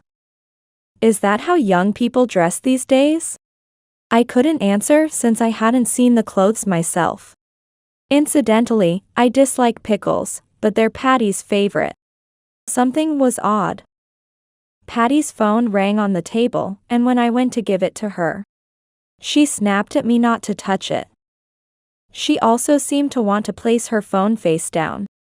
And when I warned her that the screen could get scratched, she glared at me. It was just a small thing, but it made me feel uneasy. That's because Patty never used to be particular about how she placed her phone. With that thought nagging at me, I went home. At dinner that day, I casually mentioned it to my family. I went to my parents' house today, and it seems like Patty is acting strangely. She's dressed flashily, and she insists on placing her phone face down. I wonder what's going on. For me, it wasn't just a feeling of discomfort, but also one mixed with worry. Then, Nicole spoke up. Could Aunt Patty be cheating? I almost dropped my fork in shock. Scott choked on his soup, coughing violently. I saw somewhere that those are signs of someone cheating. There are also other signs like going out more, coming home late, and excessively checking their partner's schedule. Hearing this, I involuntarily looked at Scott. Some of the characteristics Nicole mentioned fit him perfectly. Though I thought it might be overthinking, I couldn't help but worry. Don't talk about such things outside. It's embarrassing. Scott made a grim face, perhaps noticing my gaze. The next day, I unexpectedly ran into my sister. We bumped into each other at a store near our house. "Oh, Patty? It's rare to see you here. Are you going to Dad's house?" Surprised by my sudden greeting, Patty jumped. Turning around, she wore dark lipstick and a large scarf. Her clothes were flashy, and I could understand why Dad was concerned. I had a brief chat with Patty and then remembered our conversation from the previous night. Though I couldn't directly ask her, I thought it might be okay to discuss Scott. You know, last night Nicole was talking about the characteristics of people who cheat. And well, my husband fits quite a few of them. It's surely nothing, right? I'm just feeling a bit anxious. Ignoring my sigh, Patty was choosing a drink. Then she replied lightly. "You're overthinking it. If you're being cheated on, maybe it's because you have a problem? Like not being attractive enough." I was slightly irritated by her dismissive attitude. Patty quickly ended the conversation and headed to the cashier, leaving me behind, biting my lip, unable to say anything. Several weeks later, on a Sunday, just when I had almost forgotten about our conversation on cheating, I went out to see a movie. I was headed to a new cinema a bit far away, looking forward to watching a movie in a good environment. Just as I was about to arrive, my phone suddenly rang. "Mom. I'm sorry, can you come pick me up? I feel sick." Nicole sounded in pain over the phone. I was startled. "What's wrong? Are you okay?" "I'm coming right now, wait for me." I quickly changed my destination and headed to Nicole's workplace. When I arrived, Nicole was waiting outside the building. She said she felt terribly ill due to her period, to the point of nausea. "I just want to go home. I'll go to the gynecologist later." So, I decided to head home with her. A few minutes later, as I safely arrived in front of our house, I was puzzled to see Scott's company car parked there. Scott, being in sales, might have had to stop by home for some reason during his rounds. Maybe he forgot something. He knew I would be out today, so he couldn't have asked me to receive any deliveries. Without much thought, I parked my car and entered the house with Nicole. There were women's shoes in the entrance. Not belonging to our house, these women's shoes were there, alongside Scott's. I felt a chill run through my entire body. The conversation about cheating suddenly came rushing back. I then heard strange noises coming from the bedroom. It seemed they hadn't noticed us. Leaving Nicole, who was pale not just from her condition, at the entrance. I approached the bedroom. And then, I stopped. I recognized the voices more than anyone else's. "Patty." I involuntarily murmured. Scott was in the midst of having an affair with my sister. Silently, I tiptoed back to the entrance. Leaving the unwell Nicole at the entrance, I rushed out and drove quickly to my parents' home. When I arrived at my parents' home, my father, Daniel, was just tending to the bushes in the front yard. "Dad, something terrible has happened to Patty." I pulled my father into the car. He was quite muddy from gardening, but that was the least of our concerns. As we headed home, I explained the situation to him. After hearing the story, Daniel nodded with his smartphone set to record mode. "All right, leave it to me." He brandished his latest model smartphone, bought with the ample free time of his retirement. I could guess what he was planning to do, but I didn't have the heart to stop him. "Do you want to go about this seriously, or do you want to make a mockery of it?" When asked, I immediately responded. "Make it funny at first, please." I'm definitely getting a divorce. So I want to show them to a lawyer. We might capture 2 naked bodies. So we need to neutralize the grossness. Daniel nodded firmly. Soon, we arrived at our home. Nicole was sitting outside the entrance, hugging her knees and looking down. As we approached, she looked up and said, "They're still at it. So energetic for their age. Also, sorry, I felt so sick I threw up." Nicole seemed to be in a lot of discomfort. She had come home early to rest but got caught up in this mess instead. I felt terrible for her and patted her back as I spoke. "I'm sorry, Nicole. You can go to your room if you're able to walk." When asked, Nicole slowly stood up. I carefully opened the door, trying not to make noise. And couldn't help but laugh when I noticed where Nicole had vomited. Now, it was time to storm in. Daniel and I exchanged looks and headed for the bedroom. The sounds from inside were somewhat subdued but indicated ongoing activities. "Ready, now," he whispered to me, then flung the door open all at once. The 2 on the bed screamed in shock. We were the ones who wanted to scream. What were they doing on the bed I sleep in every night? They were in the midst of intimacy, completely naked. At least they had the decency to lay down a bath towel, perhaps to avoid soiling the sheets. If they were that considerate, I wish they wouldn't have gone through with it at home. "Whoa, Daniel." Scott was the first to regain his composure. Patty, with her smeared lipstick, frantically tried to cover herself, confused by the situation. Daniel stormed into the room, beginning his act of fury. "Patty. You. What are you doing at your age, over 50, shame on you. And Scott. You betrayed Kelly, and with Patty. I won't forgive this." Despite yelling, Daniel carefully held the camera, making it clear this wasn't just a fit of rage. Daniel has always been like that. The more he is angered or shocked, the calmer he becomes, managing to turn the situation to his advantage. But Scott and Patty were too flustered to realize this. Seeing their usually fun-loving grandfather furious made them completely panic. Daniel handed me the smartphone and pressed further. "When did this start? How long have you been doing this? Shameful, both of you." Oh. He turned bright red and spat out incomprehensible words, then suddenly collapsed onto the bed.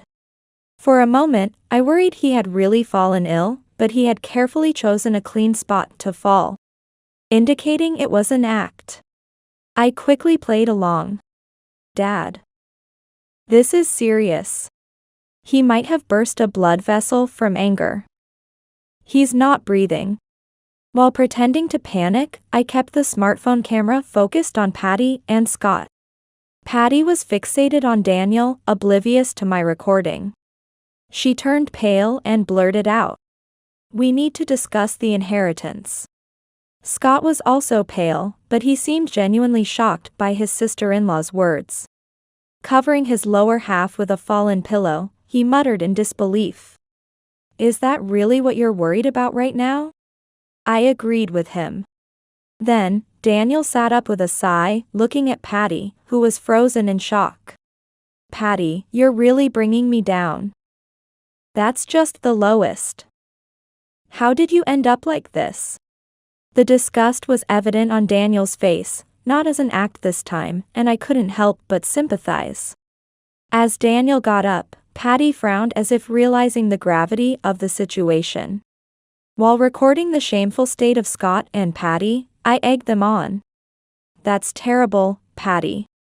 The first thing you say when your own father collapses is that. Figures, someone who'd do such things with her sister's husband would say something different." Patty turned an angry face towards me, realizing only then that she was being recorded. As she screamed, I kept the camera on her while switching with Daniel to catch Scott, who was starting to dress in a corner. "Hey, you. Don't you dare run away. Nicole is feeling sick and just got home. It's terrible to disturb her further when she's feeling nauseous enough to vomit. Hearing his daughter's name, Scott let out a small scream. Shocked to realize Nicole knew about the situation. If he regretted it being discovered, he should have thought twice before acting. The anger was palpable. Here we have two people, naked on the bed, obviously in the midst of an affair. Oh, and look at this expensive nutrition drink bottle. Seems like they were quite energized for their activity. I reported to Daniel's smartphone, playing the role of a reporter. As Patty screamed and fled the bedroom wearing only a coat, Daniel's voice followed. Did she just leave not wearing anything but a coat? When Patty reached the entrance and screamed again. Ah! What is this? I caught up to her without surprise, knowing the cause. Nicole, unfortunately, had vomited on Patty and Scott's shoes by the entrance. The women's shoes, quite elegant and seemingly expensive, were now covered in vomit. Where do you think you're going, Patty? You're not getting away. Daniel and I caught up to the stunned Patty. We then made her and Scott sit on the floor to confess their actions. I'm sorry. I apologize, truly. When did it start? Well, about 2 years ago. Scott hesitantly spoke, glancing at Patty for confirmation. Patty, with a click of her tongue, corrected him sharply. 3 years. It turns out the affair began 3 years ago, the year Patty transferred to her current school. I was irritated by Scott's vague memory and appalled by Patty's diligent correction. Both of you, apologize to Kelly and me on your knees. Daniel prompted, and they repeatedly apologized to us from the cold floor. Patty, in just a coat, and Scott, practically naked, made for a distasteful scene. I felt like vomiting myself. Of course, the recording didn't stop. I wonder if releasing this video to the public would get us in trouble? But it should serve as evidence. I nodded firmly at Daniel's words. Then, Patty started with a shaky voice, proposing a bizarre theory. You can't sue family members. I'm sure, within a family, it shouldn't be a crime. Honestly, I had no idea what she was talking about. How could she say such a serious matter within a family wouldn't constitute a crime? Upon further inquiry, it seemed Patty had misconstrued some legal nuances regarding crimes like theft among family members. Still, it was clear this case wouldn't apply. Hours later, Nicole and I sought refuge in Daniel's house. We couldn't stand to stay in the house after such an incident. Now, we needed to hurry and find a lawyer. Patty was also married, so we had to inform her husband and children. It was going to be a busy time, and I rolled up my sleeves in preparation. Being betrayed by Scott and my sister, Patty, was undoubtedly shocking. The fact that I couldn't feel any hunger even at midnight was due to my complete loss of appetite. Whenever I closed my eyes, the disgusting voices of Patty and Scott haunted me, preventing me from sleeping. However, I refused to feel defeated. Instead of sorrow or despair, anger filled my heart. A few days later, I visited my lawyer's office. Showing him the video, the lawyer watched intently, taking notes without so much as a smirk. But when Patty spouted her nonsensical theory that family members can't sue each other, he couldn't help but burst out laughing. It was an interesting revelation of what amuses a lawyer. According to the lawyer, I could claim compensation from both Scott and Patty. Divorce was certainly achievable, considering the division of marital assets and the potential for my brother-in-law to also demand compensation. Scott was likely to end up nearly penniless. I also expressed my desire to inform Patty's family and Scott's parents, my in-laws, about everything. The lawyer advised that doing so after finalizing the divorce would be best. Thus, I promptly obtained a divorce application.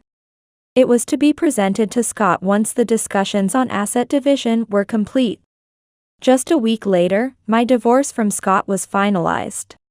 Presumably, he had no arguments left after being caught on video. And he agreed to the divorce quite readily. I was the one who filed the divorce papers, while Scott went to work as usual, likely pretending nothing had happened. After filing, I visited my in-laws in the neighboring county to formally greet them and showed them the incriminating video. My in-laws, possessing decent values, were furious with their son, Scott, and agreed that it was only right for me to claim compensation. I told them, "I truly appreciate all you've done for me up to now. Nicole has decided to continue living with me. She is your granddaughter, after all, so if you'd like, please continue to have a relationship with her. However, she has made it clear she never wants to see her father again or consider him a parent. Please understand." My in-laws sadly agreed. A few hours later, after leaving Scott's parents' house, I proceeded to a prearranged meeting. It was at Patty's home. Waiting for me were my brother-in-law, who had taken a leave of absence for this, and Patty's son, who was already married and living independently. I handed them a copy of the video and included my lawyer's business card. I plan to demand compensation from Patty as well. And of course, you, as my brother-in-law, can also claim from both Patty and Scott. My brother-in-law solemnly nodded. Then, the viewing session commenced. Patty's son excused himself midway and did not return. My brother-in-law watched the screen intently until the end, tears welling up in his eyes. Patty returned home while I was still there. It was already 6 p.m., and it had gotten completely dark outside. Seeing me, Patty nearly collapsed in shock. Noticing her son from another state and her husband, who should still be at work, she started trembling violently. "Welcome back, Patty. I'll be leaving soon. Please discuss the rest with your family. Oh, and you'll be receiving a claim for compensation from my lawyer soon. Make sure you pay it. If you don't, your workplace might also get notified, so be careful." After dropping those words, I left Patty's house. As I started my car, Patty came running out, shouting something. But I was done listening to anything Patty had to say. I gave a short honk of the horn and drove away. About 6 months later, Patty and her husband finally divorced. And she paid a significant amount of compensation. Apparently, Patty resisted the divorce vehemently, leading to a court case. My brother-in-law's lawyer was highly competent, leaving Patty defeated. After the divorce, Patty was kicked out of the house and even disowned by her son. Now, she's living a lonely life, resorting to binge eating and drinking, unable to fit into her beloved designer clothes anymore. Though she managed to pay the compensation with her job, her life has become difficult. She once visited my father but quickly fled upon realizing Nicole and I were living with him. I got a call, probably about debt consultation, Daniel said, with a hint of sadness. Despite everything, Patty is still his daughter. Speaking of what happened next, there's a story about Scott and Nicole as well. Around the same time Patty and her husband were getting divorced. One evening, while we were relaxing and watching TV, Nicole received a message on her smartphone.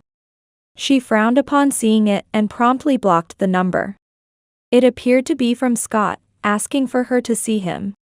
Scott, who had never done household chores, was living in a dirty house full of dust and mold since he moved out.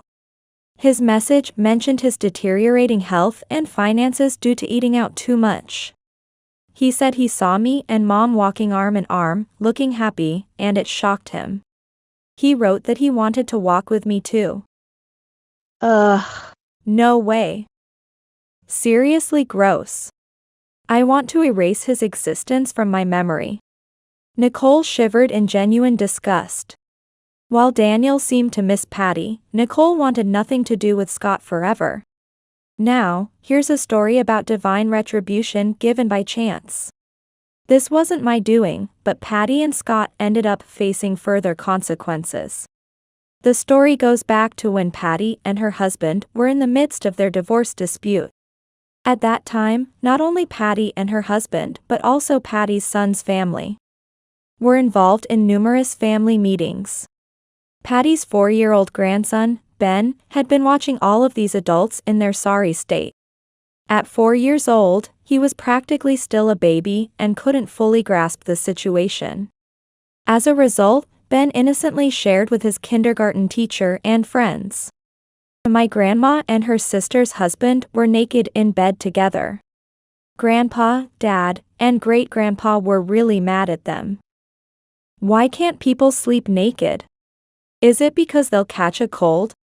The other kids found this amusing and told their families. Shocked parents likely spread the story amongst themselves. And even the teachers probably gossiped about it. The rumor spread uncontrollably, and by the time Patty and her husband officially divorced, the story had reached Scott's workplace. Apparently, a client's son was a friend of Patty's grandson. The details are convoluted, but it shows how far-reaching personal connections can be. Essentially, Scott's affair became known at his company and among clients. Scott quickly lost his standing. Being divorced for an affair is bad enough, but with his wife's sister? Finger-pointing was inevitable. Just a month after the rumors began to spread, Scott chose early retirement due to the unbearable atmosphere, cutting off his career prospects. Nicole laughed, calling it divine punishment, when she heard about this from our in-laws. Patty faced more serious repercussions. As a school teacher, she was in the worst possible position for such scandals and quickly became the talk of the town. The rumor spread from child to adult, and even to other schools, almost instantly. After receiving complaints from parents, Patty realized her actions were known everywhere. Possibly due to feeling too uncomfortable, she requested a transfer to a school in a more remote location, hoping for a quieter life. But the news of her misconduct had already reached her new posting. In the countryside, the scandal was taken even more seriously. And Patty ended up taking a leave of absence from her much-prided teaching job. Rumors caused her friends to distance themselves. And now she fears being talked about wherever she goes. She will likely have to resign. Daniel relayed Patty's complaints after she had visited him. The influence of a rumor network is frightening. There seems to be no place for the two of them to find peace. When I first heard the story, I was worried rumors about me had spread too. However, it seems I'm just seen as a victim, perceived as a serious-looking person by others. I'm grateful my appearance has saved me. 5 years have passed since that incident. Nicole and I still live with Daniel, cherishing each other in our single lives.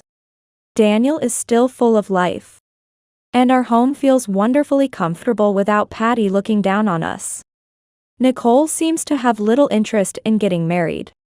Even as she steps into her 30s, she continues to work hard, living the life of a successful single woman. I thought perhaps the sorry state of our parents had an influence, but it seems that's not the case. In today's world, there's hardly any benefit for a woman to get married. There are drawbacks, especially at work. Just changing my last name sounds like too much trouble. Well, I wouldn't mind having kids, but a husband? Not so much. Recently promoted, Nicole has become quite the figure at her workplace. There's a younger male colleague who seems to admire Nicole. But it's unclear what will happen there.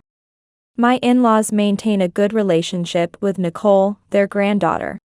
But they no longer interact with me. Since Scott has moved in with them, they've refrained from contacting us to avoid causing any trouble. After retiring, it didn't take long for Scott to truly lose his way. Within half a year, he was nearly homeless until his parents allowed him to live with them out of pity. Now, they strictly monitor him, controlling all his finances. Scott spends his days exhausted from tough day labor jobs. Struggling with his health and the cost of his medication, I've heard through the grapevine. Recently, I've started working again. I found a part-time job at a library, surrounded by books I love. Seeing students and families borrow books and leave with smiles brings me great joy. Soon, Daniel, Nicole, and I plan to go on a trip together. Deciding where to go is already an enjoyable part of the process. I'm currently living my best life, filled with contentment.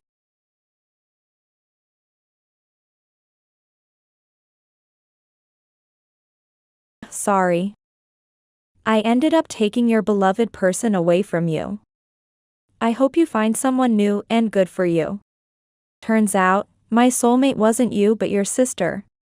When I received the divorce papers, my husband and sister left with their belongings. Then, I went to submit the divorce papers and completely became strangers with my husband. But this was not the end. Apparently, my ex-husband and sister had been planning to get together for a long time. And were even preparing for their wedding.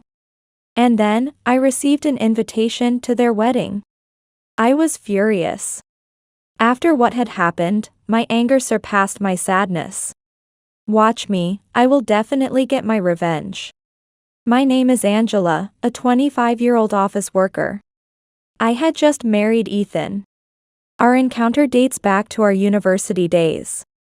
I participated in a volunteer activity during my third year of university, where I met him. Ethan was also a third-year university student, and interestingly, we both came from high schools that were close to each other. His friends went to my high school, and conversely, my friends went to his high school, giving us a lot of common topics to talk about. This allowed us to become closer as we shared various stories. Though we attended different universities, we supported each other through job hunting and eventually both landed jobs. It was then he confessed to me, and we started dating.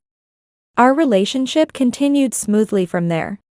When we first started working, we were busy and hardly had time to meet. But as we got used to our jobs, we found time for each other and went on many dates. Our relationship continued smoothly. And after living together for about 2 years, he proposed to me. I believe you are my destiny. If I hadn't decided to join that volunteer activity, we wouldn't have met like this. I think it was fate that brought us together. So, I want you to stay by my side forever. Will you marry me? Yes. I'm looking forward to it. After his proposal, we decided to get married. I believe our meeting was a miracle. I was truly happy to be decided to marry the man I love. We immediately greeted each other's parents and had a meeting of both families, followed by our wedding. Many friends and colleagues attended, making it a very happy ceremony. Thus, our married life began. Living together before marriage meant not much changed, but still, everything felt fresh. Every little thing was enjoyable, and we spent every day excitedly. I believe our marriage was going very well. We found happiness in our daily lives, enjoying our days off by going out or relaxing at home, doing various fun activities. As we both worked, we shared household chores to ensure neither of us was overwhelmed. I truly thought marrying him was blissful. I looked forward to having children, building a warm family, and was hopeful for the future. However, about a year into our marriage, something concerning happened. My husband's behavior started to seem odd. One day, on a weekend, he was heading to the bathroom. At that moment, his phone rang. Your phone is ringing. Huh? Oh, I forgot.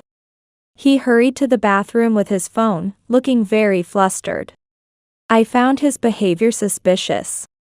Though I hadn't paid much attention before, from that moment, I started observing his actions.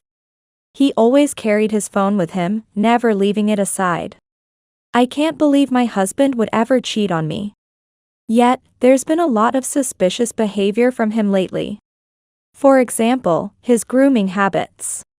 Ethan wasn't much interested in fashion before. He'd wear simple clothes, and I often chose and bought clothes for him. Recently, he started reading fashion magazines and dressing stylishly on his own. It could just be a newfound interest in fashion. But him starting to wear perfume and styling his hair with wax has been adding to my sense of unease. Have you become more conscious about your looks lately? Huh? Really? Yeah. You've been looking pretty good. That's a good thing, isn't it? A handsome husband is better, right? Well, yes, but it's just surprising how suddenly you've changed. Are you cheating or something? When I teased him like that, Ethan looked incredibly flustered. Wah. No way, right. Why would you say something so strange all of a sudden? Why are you so panicked? It's obviously a joke, isn't it? Oh, it's a joke. I'm going to take a bath. He was visibly shaken. And when going to the bath, he always took his smartphone with him. Highly suspicious. Normally, one wouldn't be so rattled. I was convinced Ethan was having an affair. Normally, this is where one might hire a detective to gather evidence. But I didn't do that. I loved Ethan too much and didn't want to see the proof. I couldn't face the reality of his infidelity. I hoped it was just my misunderstanding. Or that he would end the affair without me knowing and turn back to me alone. That's what I hoped for. But things went from bad to worse, unexpectedly. One day, I received a message from an unknown account. Who could this be? Long time no see, have you been well? I received this message but didn't recognize who it was. The account name was spelled letters as Brianna. It indicated the person's name was Brianna. This might be a scam. For some reason, I was added by an unknown account which, upon checking their page, seemed to be involved in scams or business opportunities, so I ignored it. Then, another message came from that account. Don't ignore your own sister's messages. What? I couldn't believe my eyes. Then it hit me. Indeed, I have a sister named Brianna. But we've been like cats and dogs. We've had a bad relationship since childhood, so I didn't know her contact details. Who could have given it to her? My parents? No, if it were them, they'd surely check with me first. How did you get my number? I responded like that. Then, my sister gave a shocking reply. Ethan told me about it. Huh? Ethan? Could it be Ethan you mean? Your husband, of course. What? Oh dear, did I surprise you? Or, can you not believe it? Look, it's Ethan, right? Saying so, my sister sent a photo of them together.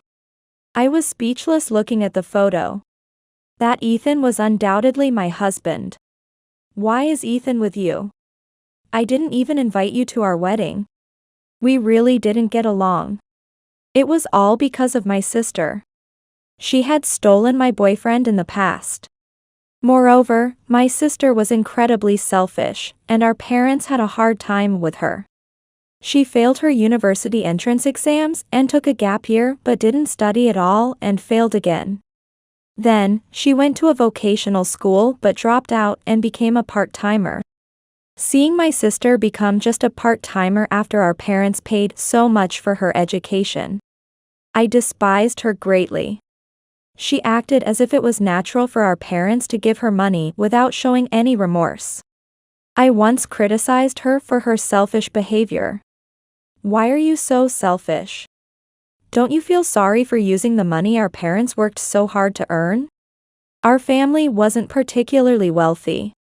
My mother also worked part-time.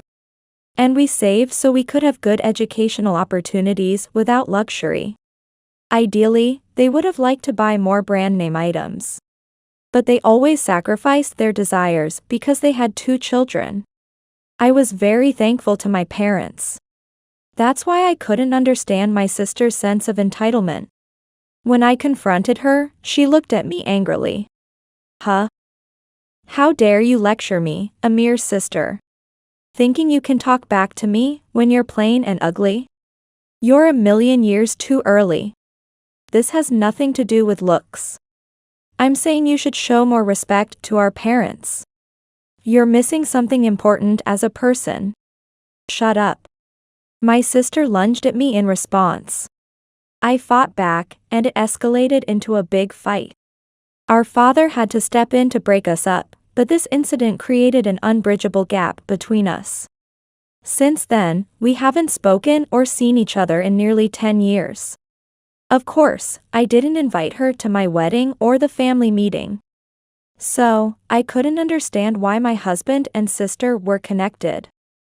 I saw you walking with Ethan one time. So, I used some connections to meet Ethan directly. He fell for my seduction easily. But we're in love. That can't be true. It's a lie, right? What? Then why isn't Ethan home yet today? He said he had a drinking party. He's with me? That's a lie, there's no way. Well, I understand if you don't want to believe it. Unfortunately, he's at my place right now. Oh, that's right. You have tomorrow off, don't you? Ethan and I are coming over. Now that I've spilled the beans, we've decided to live together at my place. I'm coming to pick up Ethan's stuff. So, we're going to take a bath together now, talk to you later. My sister ended the conversation like that. No matter what I sent, it wasn't even read. I tried calling Ethan and sending him messages, but similarly, none were read. Nor did he answer the phone. Is he really with my sister? Could my sister be lying just to upset me? I was filled with anxiety and couldn't sleep at all that night. Then morning came. Around 9 a.m., I heard the house key. It seemed Ethan had returned. Hoping he was alone, I went to the entrance. But what I saw was Ethan and my sister, wrapped around his arm. Yoo-hoo. Just as promised, here I am.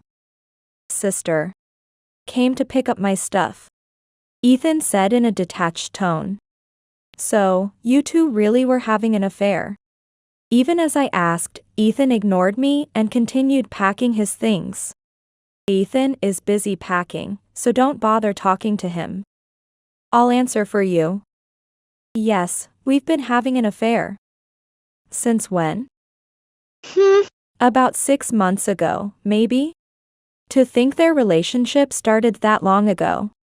While my sister and I were talking, Ethan seemed to have finished packing some of his things and came over. Well, sorry, Angela. But you're also to blame, right? Keeping such a wonderful sister a secret. Oh, Ethan, saying such sweet things. If I had met Brianna first, all this trouble could have been avoided. Sorry. I ended up taking your beloved person away from you. I hope you find someone new and good for you. Turns out, my soulmate wasn't you but your sister. My sister and Ethan laughed together, looking at me. Why does my sister always interfere with my life? We could just live happily without bothering each other. She must find joy in taking what's mine. Truly a sad person. Then, Ethan handed me a completed divorce form. After I took the divorce papers, Ethan and my sister left with their belongings. Left alone, I was filled with sadness. I packed my things, got into the car, and returned to my parents' house. I couldn't stand being in that house alone. When I arrived home, my parents were shocked to see me. Of course, it was unexpected for their daughter to return suddenly with all her belongings. The moment I saw my parents, I couldn't hold back any longer and burst into tears. Angela, what happened? What's going on? My crying surprised my parents even more. After my mother made me some coffee, and I took a sip, I felt a bit calmer. I explained to my parents why I came back with big luggage and why I was crying so much. As I spoke, my parents' expressions darkened more and more. I can't believe Brianna and Ethan would. Absolutely unforgivable. Angela, you must have been so hurt. My mother came to me and gently hugged me. Feeling her warmth, I found some solace and cried again. Knowing about my sister and husband's affair, I felt disillusioned with Ethan. I thought to myself that I would be the one to discard such a person. My feelings of love seemed to vanish all at once. Yet, distancing myself like this made me realize how deeply I had loved him. If my sister wanted to inflict a wound on my heart, she succeeded. I was depressed and struggled to recover for a while. Despite not wanting to see them, my sister kept sending photos. It seemed they were on a trip. She deliberately sent me pictures of them together. What is that? She's really hopeless. My mother was furious when I showed her the messages. Don't worry about such messages. You should just block her. Hearing my mother's suggestion, I considered blocking her. However, my father stopped me. They're leaving us a lot of evidence of their affair. Don't block them, keep everything. Knowing her, she'll probably send more. That makes sense. Just turn off the notifications. If you see any messages or photos, tell your mother or me. Okay, I understand. My usually gentle and kind father said this with a serious face. It was clear he was very angry with my sister. After that, I went to submit the divorce papers, becoming completely estranged from Ethan. But that wasn't the end. Apparently, my ex-husband and sister had been planning to be together for a long time and were even preparing for their wedding. Then, I received an invitation to their wedding. They were completely mocking me. I was furious. My anger surpassed my sadness. Just you wait, I'll definitely get my revenge. At that moment, after seeing the invitation, my parents said this. Angela, you don't have to attend the ceremony. Huh? Your mother and I will go. We'll show them hell on your behalf. My parents told me to leave everything to them. There was no need for me to go. On that day, I went to the venue with my parents. I didn't enter, but I wanted to see what would happen. When my parents arrived, my sister came out looking surprised. Huh, why are mom and dad here? I sent the invitation to Angela. I hid and listened to the conversation between my parents and my sister. Angela couldn't make it. More importantly, it's cold not to invite your parents to your wedding. Yes, it's our daughter's big day, after all. Hearing this, my sister seemed puzzled. She probably expected them to be angry. Did mom and dad come to celebrate? Yes, of course. So, can we come in? Sorry, I was just a bit embarrassed. Of course, you can come in. My sister was successfully tricked and let my parents into the wedding venue. I made sure to leave the venue temporarily to avoid being seen by my sister or ex-husband. Later, during the reception, I entered the venue boldly with the invitation. As the reception began, my father managed to speak to the MC and got the microphone. My sister and ex-husband looked on in surprise.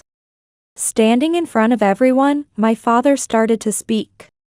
Today, we actually have a surprise for my daughter. At the word surprise, my sister and ex-husband exchanged glances. Let's call it a special guest, if you will. Please, come in. With that, my father pointed to the entrance, and several men entered. My sister was speechless upon seeing them. My father invited the men onto the stage and began to explain. Brianna sits here today as Ethan's fiancée. But my daughter has been seeing several other men as well. These are the men. The venue buzzed with whispers at my father's words. Wait, What are you saying, Dad? Stop it. My sister tried to stop him, but my father was unshaken. These men have been in a relationship with Brianna and were unaware of her affair. The reason I know about Brianna's relationships is because of a complicated situation. The man sitting next to her, Ethan, was my youngest daughter's ex-husband. The reason for their divorce was Brianna's advances towards him, leading to an affair. The venue buzzed even louder. My sister and ex-husband were speechless. I cannot forgive Brianna and Ethan for betraying my daughter. So I came to this wedding to administer punishment. By the way, the people sitting with Ethan as relatives are actors. I've met his parents at my daughter's wedding, and the people sitting here are not them. Because of the affair, Ethan has been disowned by his in-laws. Well, it's only natural for committing adultery.